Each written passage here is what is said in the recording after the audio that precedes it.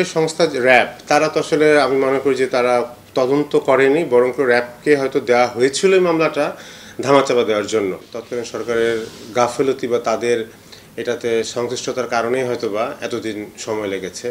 যেহেতু এখন একটা নতুন সরকার এসছে এবং তাদের কাছে আমাদের প্রত্যাশা অনেক, আমাদের আশা হবে যে আসলে এখানে কোনো দল মতের ব্যাপার নেই। তো যার ফলে আমরা আশা করি যে আসলে এই সরকারের সময় অন্তত সুষ্ঠু তদন্তের মাধ্যমে এই মামলার বিচারের অগ্রগতিটা হবে, প্রকৃত খুনি কারা সেটা তদন্তের মাধ্যমে বের হয়ে আসবে। এবং তদন্ত আসলে আমরা বিচার চাই হচ্ছে যারা এটার সাথে হত্যাকাণ্ডের সাথে জড়িত তাদের, এবং সাথে সাথে গত 12 বছর যারা এই মামলা এই তদন্ত প্রক্রিয়া ধামাচাপা দেওয়ার সাথে জড়িত ছিল, এবং সেটা আপনার তদন্তকারী সংস্থা, বিচার ব্যবস্থা যারা আসলে তদন্তকারী সংস্থাকে 110 বারের মতো সময় দিয়েছে এবং তদন্তের নামে এই বিচার প্রক্রিয়ার নামে যে একটা প্রহসন কাজ চালিয়েছে, এদের সবার বিচার আসলে আমরা চাই।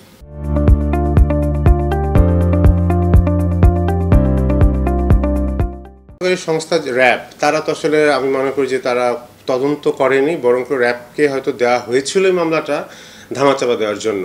যেহেতু র্যাবের ব্যাপারে আমাদের সবার একটা ভীতি কাজ করে যে র্যাব তদন্ত করলে হয়তো আমরা কথা কম বলবো, হ্যাঁ, এটা একটা ব্যাপার কাজ করে। তো এবং আমি মনে করি না যে লাস্ট 10 বছর অন্তত কোনো প্রকার তদন্ত এটা নিয়ে হয়েছে বলে আমরা মনে করি না।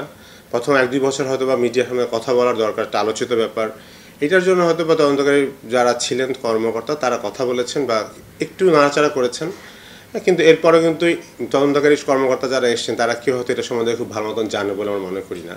তো আসলে তদন্তকারী সংস্থা কারা করবে এটা সরকারের ব্যাপার, বাট তদন্তকারী সংস্থা র্যাব কিন্তু আসলে ব্যর্থ, এবং তারা যে কোনো কারণেই হোক, সেটা তাদের দক্ষতার কারণে হোক বা সেটা সরকারের উচ্চ মহলের সংশ্লিষ্টতার কারণে, গত সরকারের উচ্চ মহলের সংশ্লিষ্টতার কারণেই হোক, তারা কিন্তু ব্যর্থ।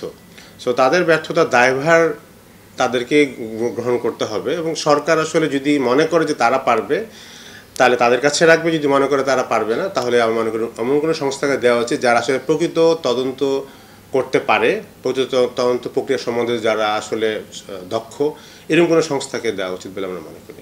আসলে তদন্ত নতুন তো করে হোক বা যে তদন্ত চলছে সেটা আসলে সরকারের সদিচ্ছার উপর, সরকার তদন্ত নতুন একটা তদন্ত চলছে গত 12 বছর, এবং এটা যদি সরকার যদি আসলে আন্তরিক হয় তাহলে তো এই তদন্ততেই আমি মনে করি যে প্রকৃত ঘটনা বের হয়ে আসার কথা। আপনার যে বলে আলামত নষ্ট, আলামত তো প্রচুর আলামত, তো তদন্তকারী সংস্থা বা সরকার যদি আন্তরিক হয় তাহলে তো আসলে বিচার পাওয়া সম্ভব। হ্যাঁ, সেই ক্ষেত্রে হয়তো এখন আমরা হয়তো একটু আশাবাদী যে যদি আসলে বিচার কোনোভাবে আমরা পাই। আসলে র্যাব যখন দায়িত্ব নেয়, থানা পুলিশ থেকে ওভাবে করেনি, কিন্তু র্যাব যখন দায়িত্ব নেয় তো তারপরে কিন্তু র্যাব আমাদেরকে সরাসরি না বললেও নানাভাবে কিন্তু আসলে বিচারের ব্যাপারে কথা বলানো কিন্তু আসলে একটা আমি বলবো মানসিক অত্যাচারের মতো করেছে, এবং সেটা অনেকবার, যেমন আমাদের তদন্তের নামে র্যাব অফিসে ডেকে নিয়ে 8-9 ঘন্টা বসে রাখা এবং একই প্রশ্ন হাজার বার করা, একই প্রশ্ন করা এবং খুব বিকৃতভাবে প্রশ্ন করা। আমি যদি বলি যে এবং আসলে ওই 6-7 ঘন্টা থাকার পর আমি মানসিকভাবে প্রচণ্ড একটা মধ্যে থাকতাম, ট্রমার কাজ করতাম আমার মধ্যে।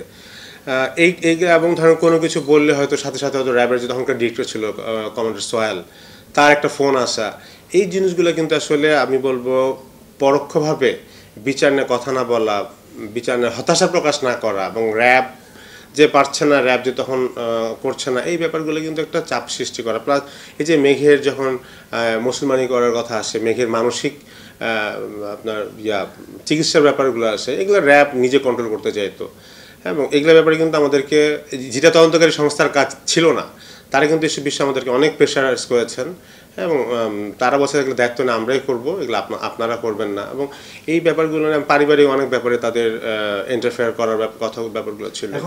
আমার নানু মারা গিয়েছে আমার আম্মু আব্বুর বিচার না দেখে। এটা খুবই স্যাড আমাদের জন্য, জাতির জন্য, যে নিজের মেয়ের বিচার দেখে নেয়। এখন আমার দাদু বেঁচে আছেন, ইনশাল্লাহ আশা করি আমার দাদু আল্লাহর কাছে যাওয়ার আগে দেখে যাবে। নতুন যে গভর্নমেন্ট হয়েছে, ইন্টারিম গভর্নমেন্ট, ওদের কাছ থেকে আমরা বিচারটা চাই। ইনশাল্লাহ ওরা দ্রুত এই বিচারটা দিবে। আমি চাই ইন্টারিম গভর্নমেন্ট এটি তাড়াতাড়ি আমাদের সলিউশনটা দেখ, আমাদের বিচারটা দেখ, আমরা চাই। ইনশাল্লাহ ডক্টর মোহাম্মদ ইউনূস হচ্ছে আমাদের যে নতুন চিফ অ্যাডভাইজার, ওনার কাছ থেকে আশা করি যেন উনি হচ্ছে এটা নিয়ে মানে ভাবেন যেন তাড়াতাড়ি হয়। র্যাব তো এই কয়েকদিন কিছুই করে নাই, তো আমি যা দেখেছি মানে যা বুঝেছি, ওরা জাস্ট হচ্ছে বলছে যে ওরা কাজ করতেছে, কিন্তু ওরা কিছুই করে নাই।